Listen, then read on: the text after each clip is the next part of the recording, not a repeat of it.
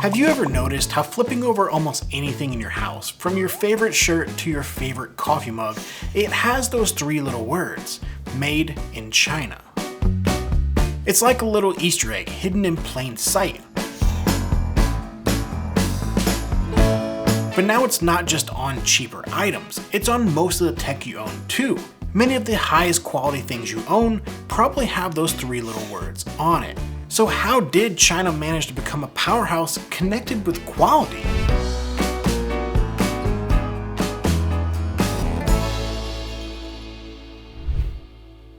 Now, these words aren't just a label put on porcelain because of US import laws. They represent a story that takes us back to a time when China wasn't the manufacturing giant it is today, the early 1940s, during the Second Sino-Japanese War.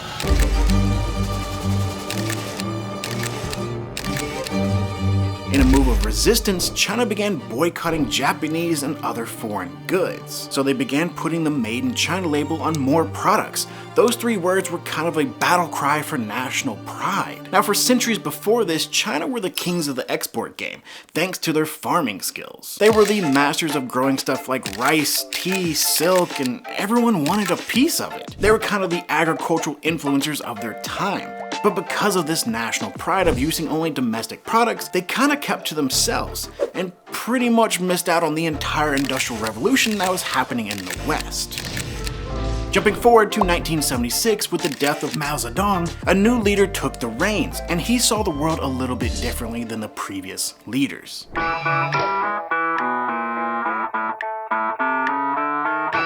Enter Deng Xiaoping, who played a key role in reforming and opening up China. When he stepped into the ring, he was ready to take on the world's economic giants, with a strategy that was part Rocky, part chess grandmaster. China had fallen behind when it came to being on the global export stage, so Deng looked around and realized China had a pivotal resource to help them reach that global stage: people.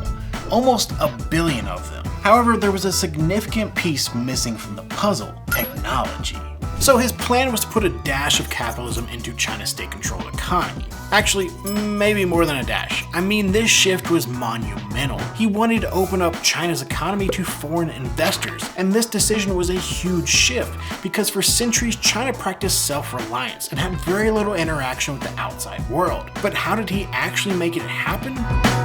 Well, first off, Deng wasn't just about opening the economy, he was about opening minds. He encouraged experimentation, famously saying it doesn't matter if a cat is black or white as long as it catches mice. Basically, who cares if it's capitalism or socialism? If it works, it works. Deng also made some bold moves to attract foreign investment. He established special economic zones in the 80s, starting with places like Shenzhen, which back then was a small fishing village. Now it's a tech mega hub. SEZs basically allowed foreign companies to set up shop, enjoy tax breaks, and operate with more freedom than the rest of China. They pretty much said, come on over, the water's fine, and we won't bother you while you swim. And boy, did foreign investment dive in. And before long, the Made in China label started growing in value. Now, this was just part one of the country's plan to get back on the global stage. This put China on the map, but still, there was more work to come.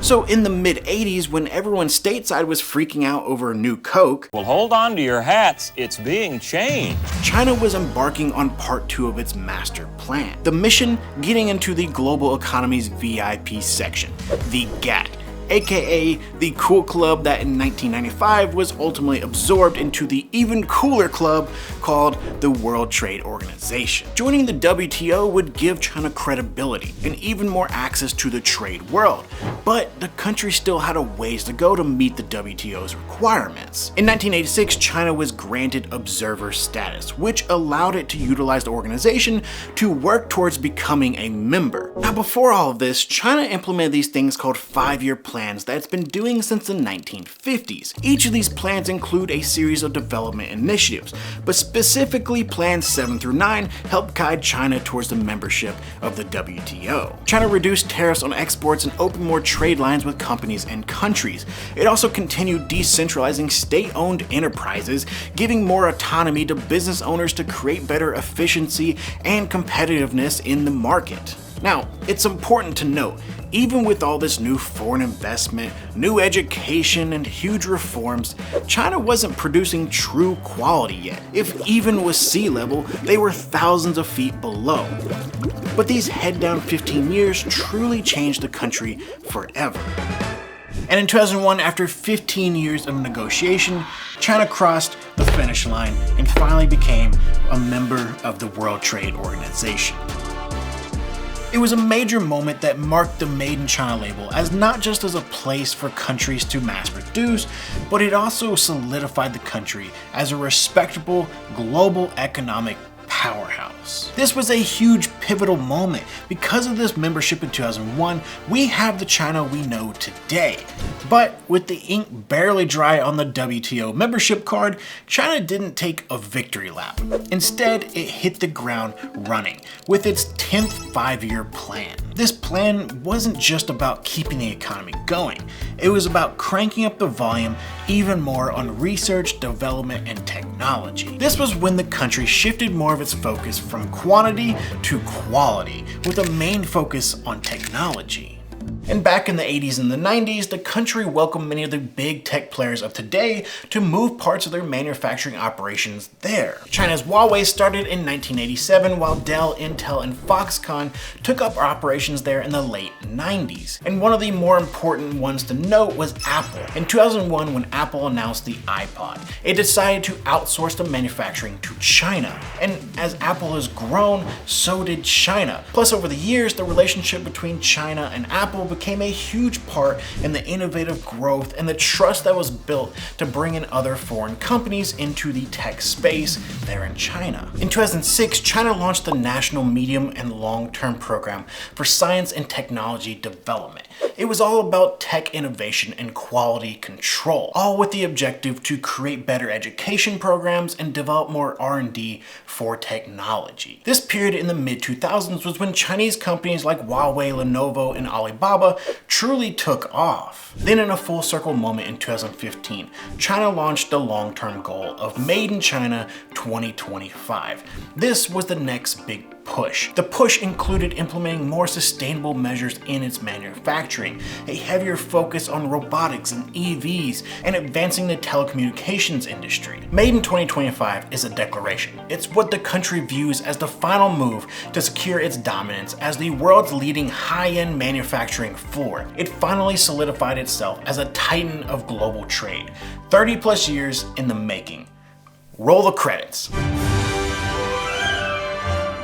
Actually, not just yet. You see, while China is now making some of the best tech in the world and truly high quality products in a lot of industries, there's another side to this. What about Temu?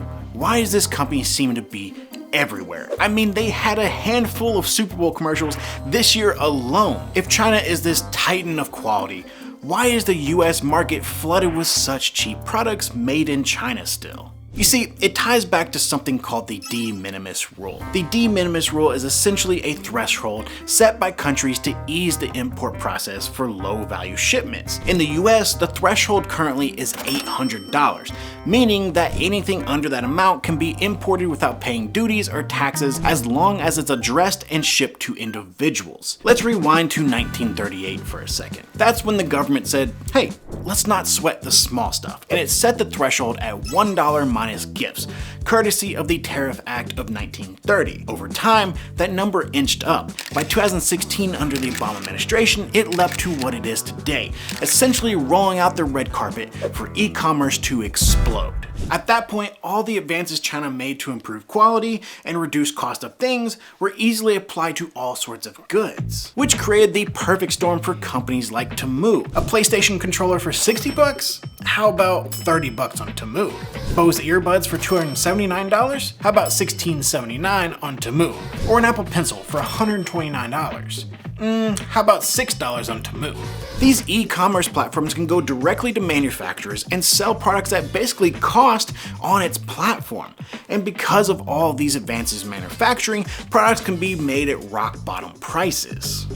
But That rule has stirred up Congress recently on both sides of the aisle. Lawmakers are putting pressure on Homeland Security to crack down on the rule. New legislation has been introduced that could set the threshold to match the trade partner. So, China's $7 threshold would be the same for shipping to the US. Now, of course, the rule has some big corporations backing it like FedEx, UPS, and DHL, naturally, but also Amazon and eBay claiming it would make purchases more expensive for Americans too. If the repeal happens, it could add $20 to $30 to every transaction, essentially making it near impossible for companies like Shein and Temu to sell products so cheaply to US consumers.